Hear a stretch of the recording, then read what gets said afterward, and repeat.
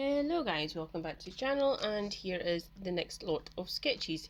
These are sketches just fundamentally and only for one thing: to get the layout and the foundations and proportions all correct for future art pieces. So these aren't for anything at the moment, as it's literally, as I said, for future pieces so that I can actually get the timing and proportions all correct before I attempt future artwork.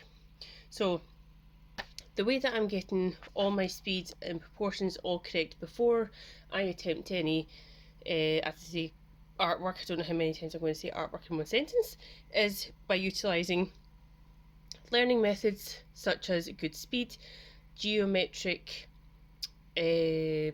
methods for drawing, as well as observational and Loomis methods. Now you can apply these to any, apart from Loomis, you can apply the other methods to any sort of learning. It's not just for art. So if you want to know more about it, then please let me know and I will get back to you. So in the first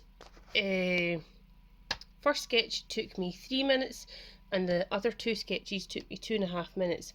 I am gradually reducing my time to hopefully 1 to 2 minutes per drawing, or per sketch I should say, purely so that I have essentially mastered that one skill, and then I move on to another skill and another skill and so forth. So yes, originally it was 4 minutes per sketch, then on to a 1 minute analysis, and